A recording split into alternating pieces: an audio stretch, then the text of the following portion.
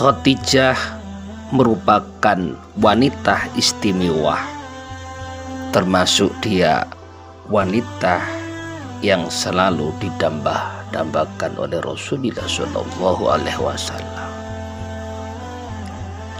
2/3 wilayah Makkah adalah milik Siti Khadijah binti Khuwailid, istri pertama Rasulullah Shallallahu Alaihi Wasallam. Ia wanita bangsawan yang menyandang kemuliaan dan kelimpahan harta kekayaan. Namun ketika wafat, tak selembar kapan pun dia miliki.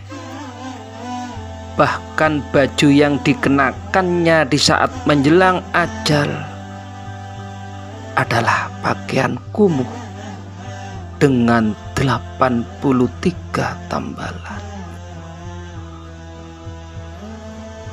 Fatimah putriku, kata Siti Khadijah, aku yakin ajalku segera tiba. Bisik-bisik Siti Khadijah kepada Fatimah sesaat menjelang ajal. Yang kutakutkan adalah siksa kubur. Tolong mintakan kepada ayahmu agar beliau memberikan sorbannya yang biasa digunakan menerima wahyu untuk dijadikan kain kafanku, karena aku malu dan takut memintanya sendiri. Mendengar itu Rasulullah Shallallahu Alaihi Wasallam berkata, wahai Khadijah, Allah menitipkan salam kepadamu dan telah dipersiapkan tempatmu di surga.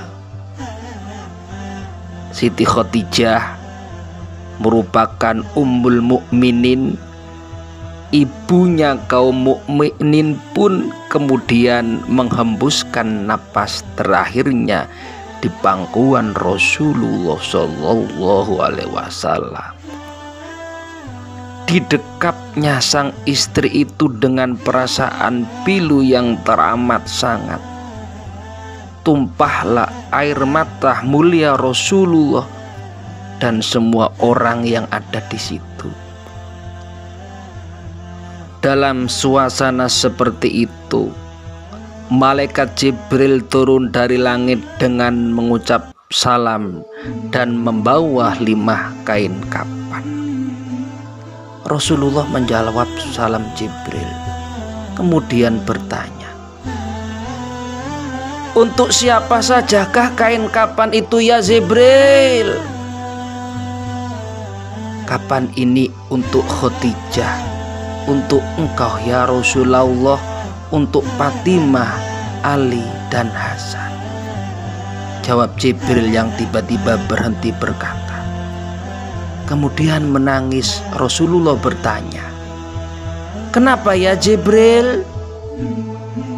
Cucumu yang satu, Husain, tidak memiliki kapan. Dia akan dibantai, tergeletak tanpa kapan dan tak dimandikan. Jawab Jibril. Rasulullah Shallallahu Alaihi Wasallam berkata di dekat jasad Khadijah, wahai Khadijah istriku saya, demi Allah, aku tak akan pernah mendapatkan istri sepertimu. pengabdianmu kepada Islam dan diriku sungguh luar biasa. Allah Maha mengetahui semua amalanmu.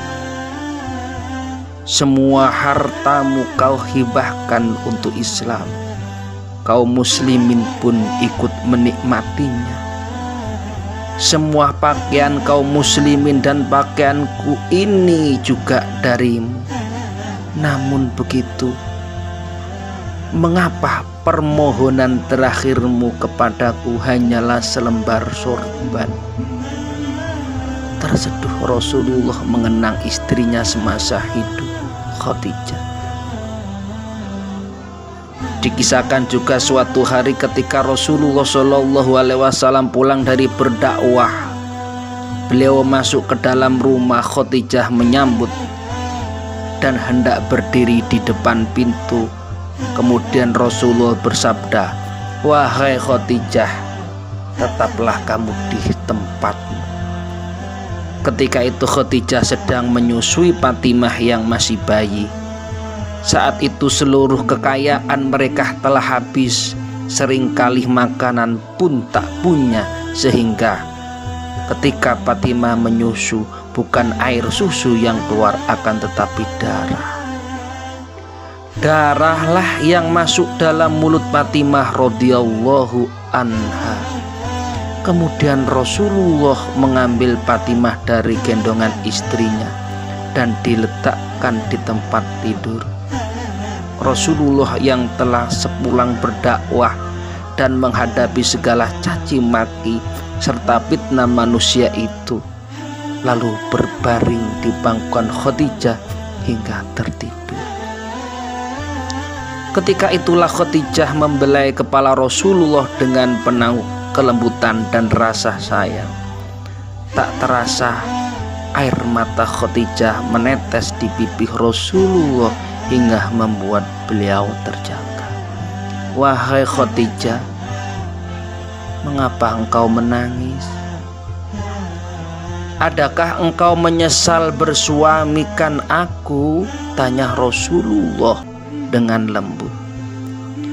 "Dahulu engkau wanita bangsawan, engkau mulia, engkau hartawan. Namun hari ini engkau telah dihina orang.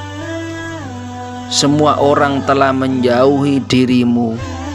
Seluruh kekayaanmu habis. Adakah engkau menyesal, wahai Khadijah, yang bersuamikan aku?" Lanjut Rasulullah tak kuasa melihat istrinya menangis. "Wahai suamiku, wahai Nabi Allah, bukan itu yang kutangiskan," jawab Khadijah.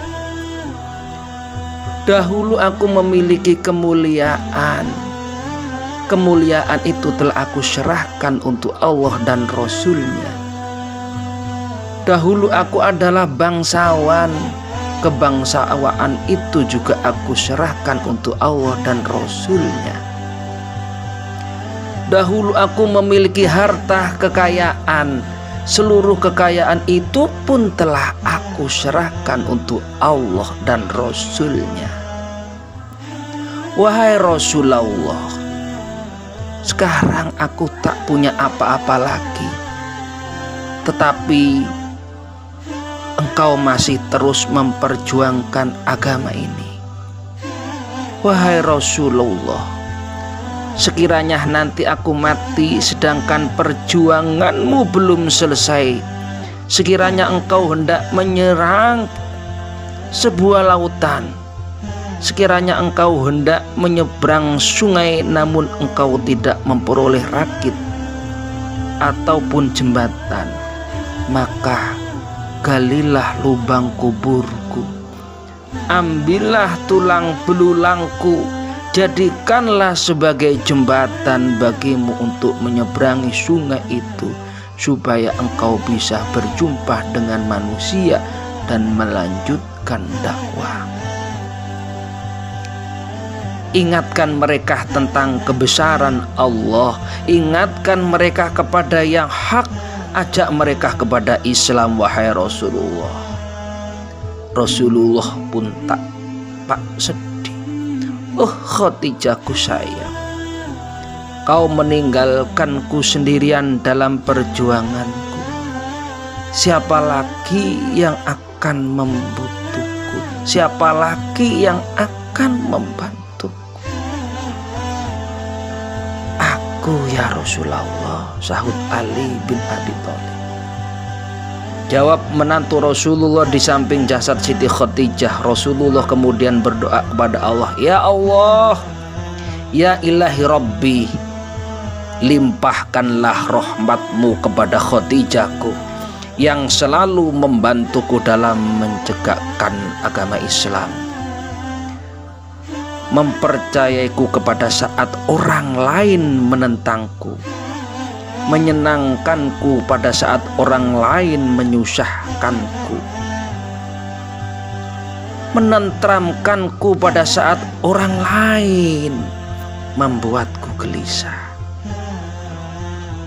Ya Allah, pemirsa, dengan cerita kisah kemuliaan Siti Khadijah, semoga kita selalu menjadi orang yang amanah, terutama para istri, semoga menjadi istri yang solehah di hadapan lelaki atau suaminya. Rabbana atina fid dunya hasanah wa fil akhirati hasanah wa qina adzabannar.